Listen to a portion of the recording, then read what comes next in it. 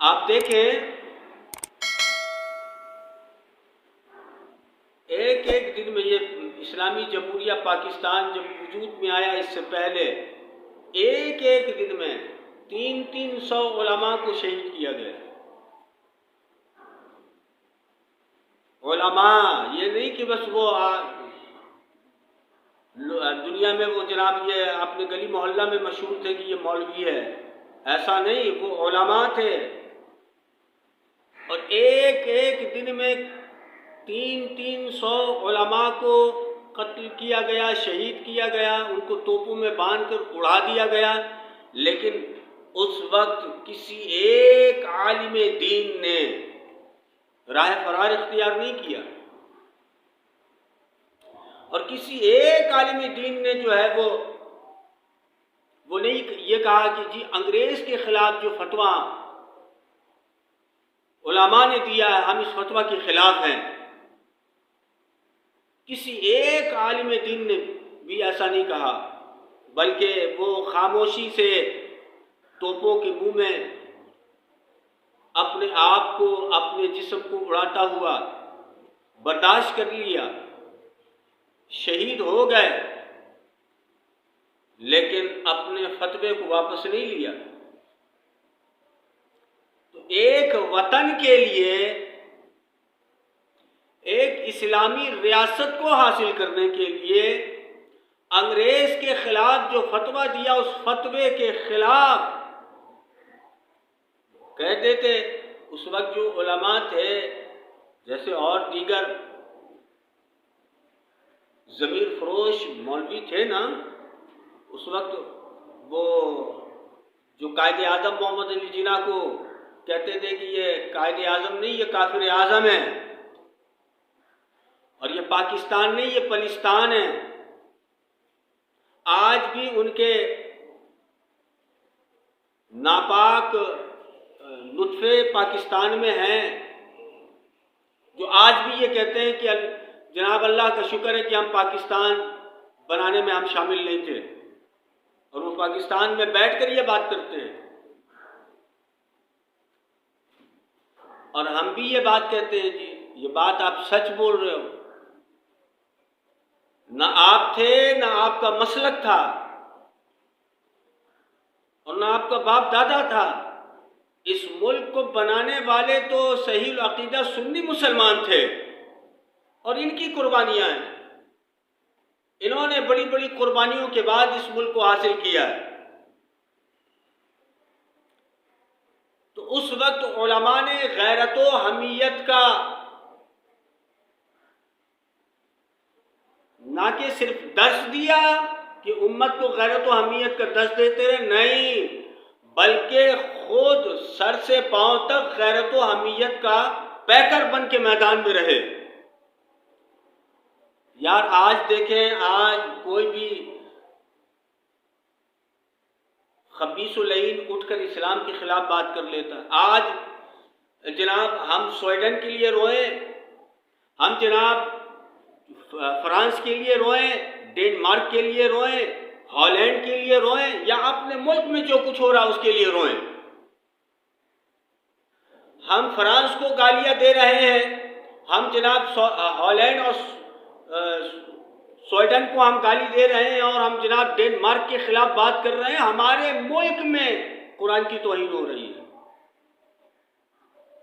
ہمارے ملک میں جو لوگ اس طرح کی حرکتیں کر رہے ہیں، ہمارا ملک کا قانون اس کو تحفظ فراہم کر رہا ہے۔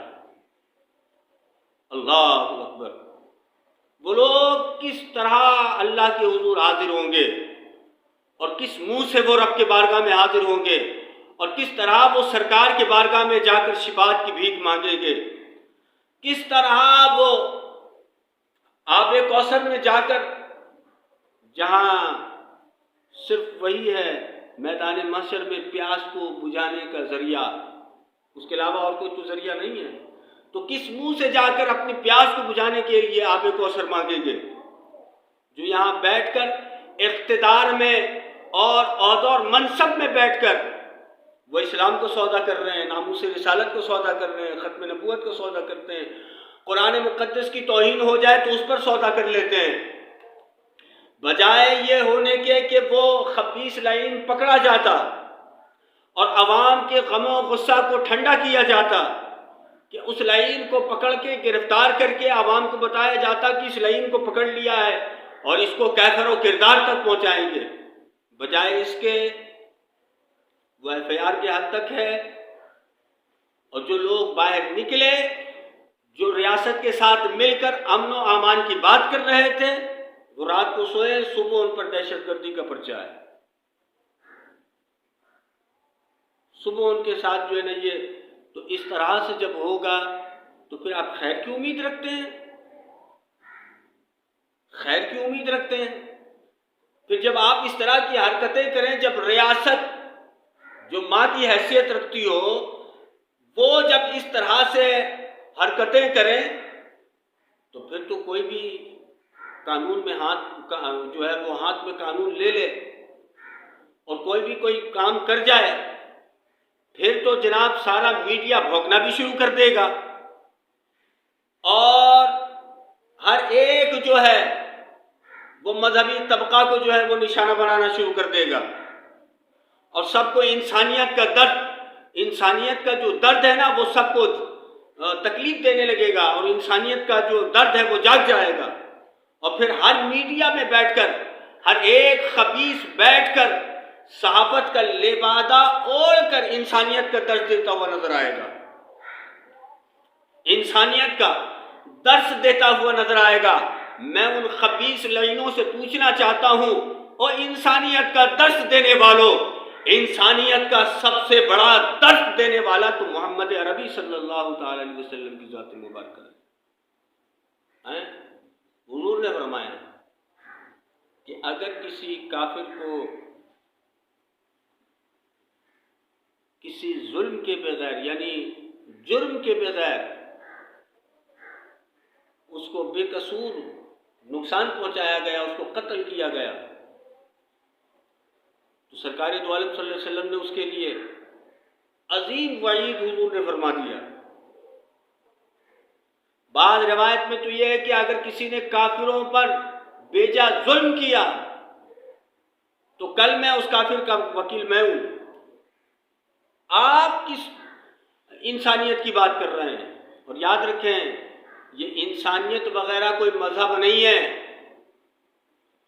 انسانیت کوئی مذہب نہیں ہے۔ آج تو جناب وہ کچھ نام نہاد لوگ اور وہ خانقاہوں میں بیٹھے جاہل اور گوار لوگ کہ پیسے سے لوگوں کو اپنے قریب چند لوگوں کو کر کے اور اپنی چودراہٹ دنیا کو دکھا رہے ہیں، وہ جاہل گوار لوگ کہتے ہیں کہ یار یہ مذہب کا کیا معاملہ ہے، سب سے بڑا جو مذہب ہے وہ انسانیت ہے۔ تو یہ اس طرح کا جب صورتحال بن جائے تو پھر علماء ان کی ذمہ داری ہے کہ وہ اپنا کردار ادا کریں۔ وہ بنی اسرائیل کے علماء جو ان کا کردار تھا ان کو نہ اپنائیں، یہی تو بات ہے۔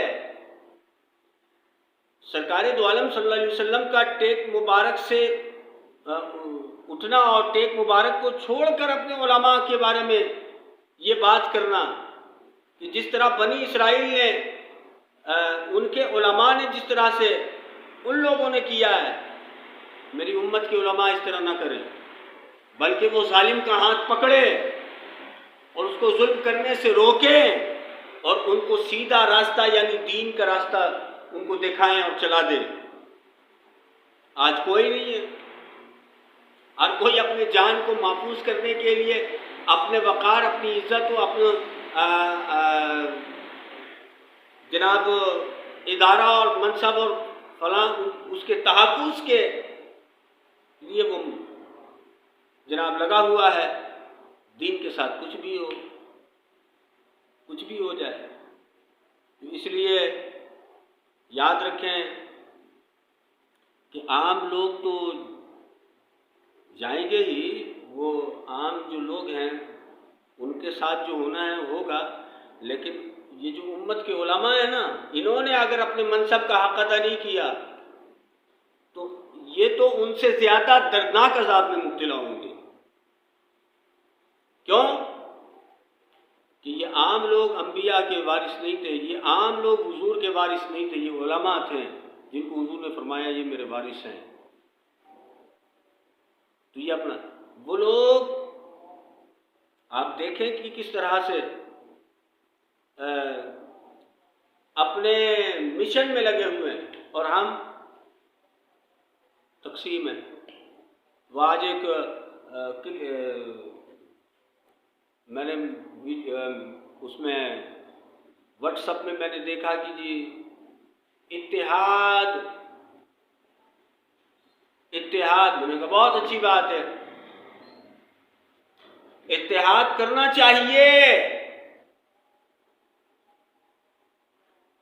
لیکن یہ اتحاد کی باتیں وہ کر رہے ہیں جو میدان چھوڑ کر بھاگنے والے لوگ ہیں، جو بزدل لوگ ہیں، جو مشن میں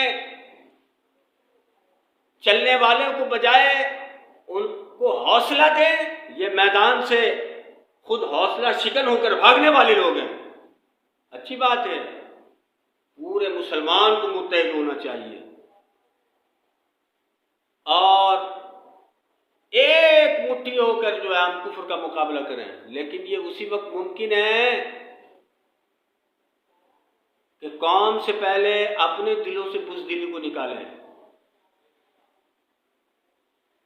جذباتی خطاب اور جوش و ولولہ دکھا کر قوم کے دلوں کو گرما دینا اور خود جا کر گھروں میں چھپ کر بیٹھے رہنا، یہ دین نہیں ہے۔ اور ایسا شخص کوئی نبی پاک علیہ السلام کا وارث نہیں ہے۔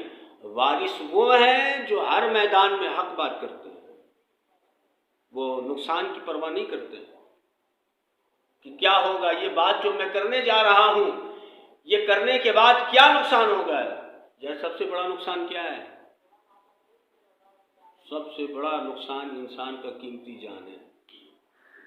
انسان اپنے جان سے بہت پیار کرتا ہے، وہ اس کا دنیا میں پھیلا ہوا کام اور فلاں یہ وہ، لیکن جب بات اس کے جان پر آ جائے تو وہ کمپرومائز کرتا ہے۔ میں سچی بات کر رہا ہوں۔ فلاں بولتا ہے یہ بھی کام چھوڑ دو، بولتا ہے جی چھوڑ دیں گے، یہ بھی کام چھوڑ دو، کیونکہ اس کو پتا ہے کہ جان کا مسئلہ ہے، جان کا مسئلہ ہے۔ وہ اپنے جان کے تحفظ کے لیے سب کچھ چھوڑنے کے لیے تیار ہے۔ پگلے نبی پاک علیہ السلام کی عزت و ناموس کا مسئلہ تو جان سے بڑا ہے، اپنی جان سے بڑا ہے۔ سمجھے؟ حق گوئی ہمارے اسلاف، ہمارے بزرگوں نے، امام اہل سنت نے یہ پرواہ نہیں کیا کہ کون میرے ساتھ چلے گا کون نہیں چلے گا، کون مجھے اچھا کہے گا کون اچھا نہیں کہے گا۔ آپ یعنی یہ بات جو ہے وہ تاریخی ہے کہ امام اہل سنت نے جو فتویٰ دے دیا اس سے رجوع نہیں کیا ہے، اس سے رجوع نہیں کیا ہے۔ فتویٰ جو دے دیا وہ دے دیا۔ اس لیے یہ ہمارے جو اسلاف ہیں یہ کسی بھی میدان میں بزدل نہیں تھے۔ کیوں نہیں تھے؟ اس لیے نہیں تھے کہ یہ انبیاء اور نبی پاک علیہ السلام کے وارث ہیں، وارث ہیں۔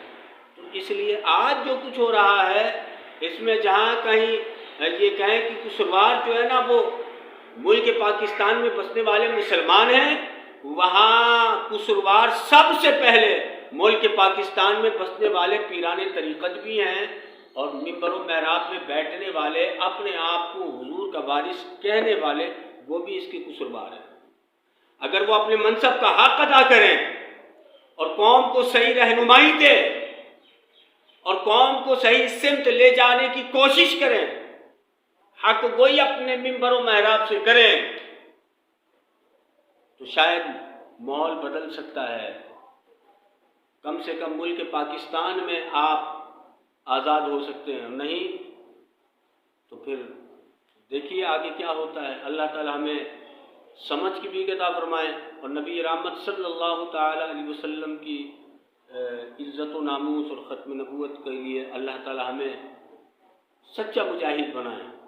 اور حالیہ جو قرآن مجید کی توہین کی گئی ہے، اے اللہ جن لوگوں نے یہ کیا یا جن لوگوں نے کروایا، جو ان کے پیچھے ہیں، اے اللہ ان تمامین کو ایسا عبرتناک سزا دے، ایسا عبرتناک ان کو سزا دے کہ قیامت تک کے لیے وہ عبرت کا نشان بن جائے، قیامت تک کے لیے۔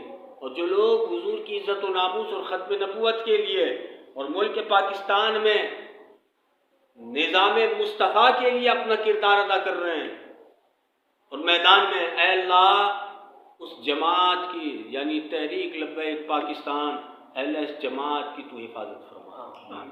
اللہ تعالیٰ ہمیں عمل کی توفیق عطا فرمائے۔